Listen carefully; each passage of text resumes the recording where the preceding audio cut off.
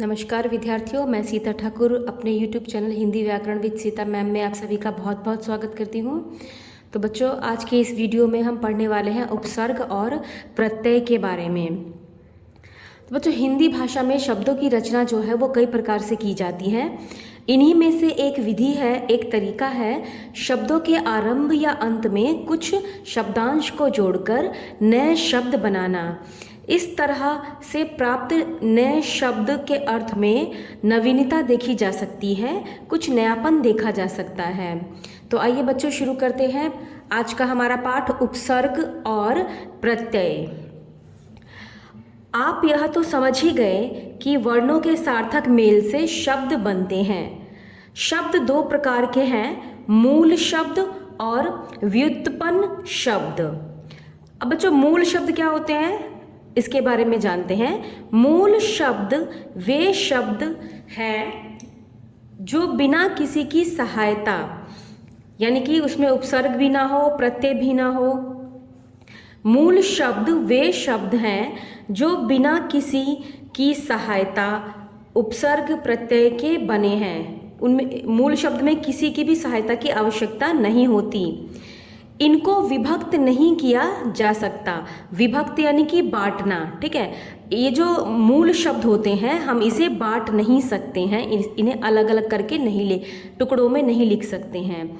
जैसे मोर, वर्ण, पुस्तक आदि, ठीक है। ये हो गए मूल शब्द। मूल शब्द जो होते हैं उन्हें किसी की सहायता की आवश्यकता नहीं होती, वो अपने आप में पूर्ण होते हैं। अब है व्युत्पन्न शब्द।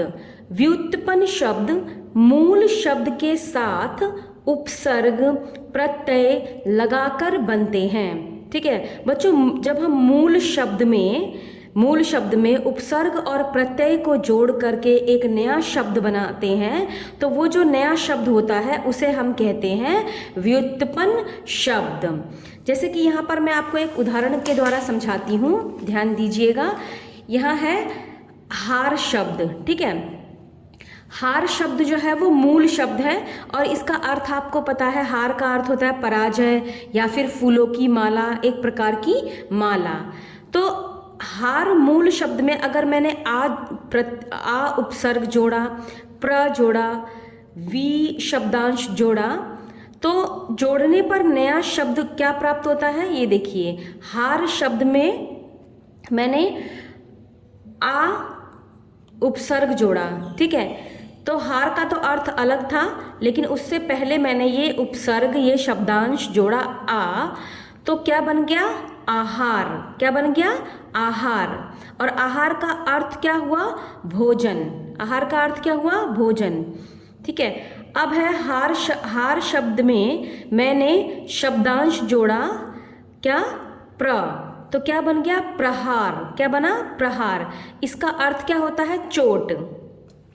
अब है इसी हार शब्द में मैंने वी जोड़ा, तो इसका अर्थ क्या, इसका अब क्या बन गया शब्द, ये विहार। इसका अर्थ क्या होता है, भ्रमण करना। क्या होता है, भ्रमण करना, ठीक है। हार का अर्थ होता है आपको, जैसे कि पहले बताया मैंने, पराजय या फूलों की माला। परंतु जब हमने हार मूल अर्थ में, हार जो है वो क्या है, आपका मूल शब्द है, ठीक है। और इसमें जब मैंने ये शब्दांश जोड़े तो उसके अर्थ में एक नयापन आया, ठीक है। आशा करती हूँ आपको इतना समझ में आया होगा। तो ये जो है बच्चों, उपसर्ग और प्रत्यय क्या है, ये नए शब्द बनाने की एक प्रक्रिया है। जैसे कि मैंने आपको पहले ही बताया कि हिंदी भाषा में शब्द की रचना जो है वो कई प्रकार से की जाती है। बहुत तरीके हैं नए शब्द बनाने के, उन्हीं में से एक तरीका है उपसर्ग और प्रत्यय। तो हम अब अलग अलग जो है इनके बारे में पढ़ेंगे।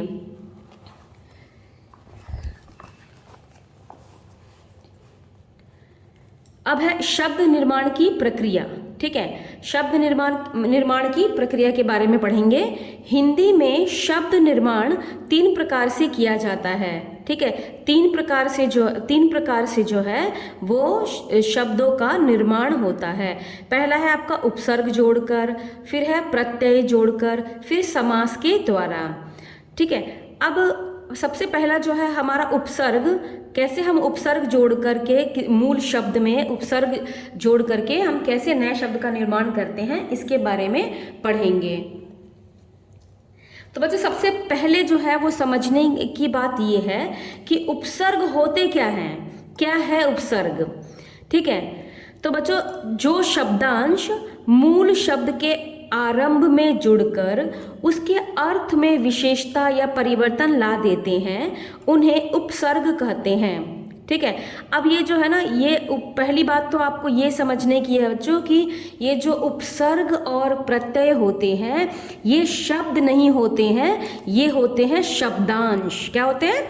शब्दांश। शब्दांश का अर्थ होता है शब्द का अंश।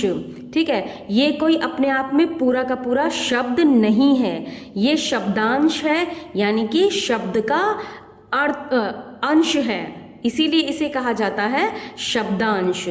जो शब्दांश मूल शब्द के आरंभ में जुड़कर उसके अर्थ में विशेषता या परिवर्तन ला देते हैं उन्हें उपसर्ग कहते हैं। बच्चों जैसे अभी मैंने आपको बताया हार जो है वो मूल शब्द हुआ और उसमें मैंने आ शब्दांश जोड़ा था, प्र शब्दांश जोड़ा था, वी शब्दांश जोड़ा था, तो उसके अर्थ में परिवर्तन आया था। ठीक है, तो वो उदाहरण मैं आपको पहले ही दे चुकी हूँ। तो अब जो है पहले हम जानेंगे उपसर्ग क्या है, किसे कहते हैं। तो उपसर्ग जो है वो ऐसे शब्दांश होते हैं जो मूल शब्द से पहले लगते हैं। यहाँ भी उदाहरण दिया गया है, शिक्षा। अब ये जो शिक्षा है बच्चों, शिक्षा जो है, शिक्षा शब्द जो है वो यहाँ पर मूल शब्द हुआ। ठीक है, अब इसमें जो है ये उपसर्ग जोड़ा गया है, मूल शब्द से पहले ये उपसर्ग जोड़ा गया है। तो अब शब्द में परिवर्तन देखिए कि वो क्या बन जाता है। शिक्षा से वो क्या बन जाएगा, अ जोड़ने पर अशिक्षा, जो कि बिल्कुल अर्थ जो है इसका अलग हुआ। पुत्र मूल शब्द है और इसके आगे जो है कु लगाया गया, कु शब्दांश लगाया गया, तो क्या बन गया, कुपुत्र। ठीक है, इसी प्रकार से हिंदी में 3 प्रकार के उपसर्गों का प्रयोग हो रहा है। ठीक है, सबसे पहले तो समझने वाली बात यह है कि उपसर्ग किसे कहते हैं। तो बच्चों उपसर्ग वे शब्दांश होते हैं जो मूल शब्द के पहले जुड़कर, मूल शब्द के आरंभ में जुड़कर उसके अर्थ में विशेषता या परिवर्तन ला देते हैं। उसके बाद जो है आप उपसर्ग का प्रयोग जो है वो हिंदी में कितने प्रकार से होता है उसके बारे में आप पढ़ेंगे। तो हिंदी में 3 प्रकार के उपसर्गों का प्रयोग हो रहा है। संस्कृत के उपसर्ग हैं, हिंदी के उपसर्ग हैं और कुछ विदेशी भाषाओं से भी आए हुए उपसर्ग हैं जिनका हिंदी में प्रयोग हो रहा है। ठीक है, तो बच्चों अब यहाँ पर अगला है आपका संस्कृत के उपसर्ग। अब ये जो है ये सब शब्दांश हैं और ये कौन से शब्दांश हैं, ये शब्दांश जो है वो संस्कृत के हैं। ठीक है, ये उपसर्ग संस्कृत भाषा से आए हुए हैं और यहाँ पर ये उपसर्ग तो है और उसका अर्थ भी दिया गया है और उदाहरण के साथ भी आपको बताया गया है यहाँ पे। तो अ उपसर्ग है, इसका अर्थ क्या है, अभाव, निषेध, अ लग जाना, यानी कि तो इसका उदाहरण क्या है, अज्ञान, अधर्म, अन्याय। अभी का अर्थ क्या होता है, सामने, और। अभिनय, अभिप्राय, अभिशाप, ये उदाहरण है। अनु जो संस्कृत का उपसर्ग है इसका अर्थ क्या होता है, पीछे, जैसे अनुरूप, अनुकरण, अनुज। अधि का अर्थ होता है ऊपर, श्रेष्ठ, उदाहरण क्या है इसका, अधिकार, अधिपति, अध्यक्ष। अप बुरा, हीन, अपमान, अपकार, अपयश।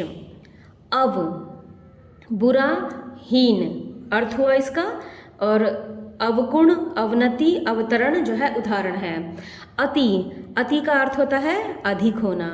अत्यंत, अति जमा अंत। अतिरिक्त, ऊपर, श्रेष्ठ। उत्कर्ष, उत्थान, उत्कृष्ट। ठीक है, तो बच्चों ये जो है उपसर्ग जो है वो 3 प्रकार से प्रयोग हो रहा है। संस्कृत का हमने पढ़ लिया, अब हिंदी के उपसर्ग के बारे में पढ़ते हैं।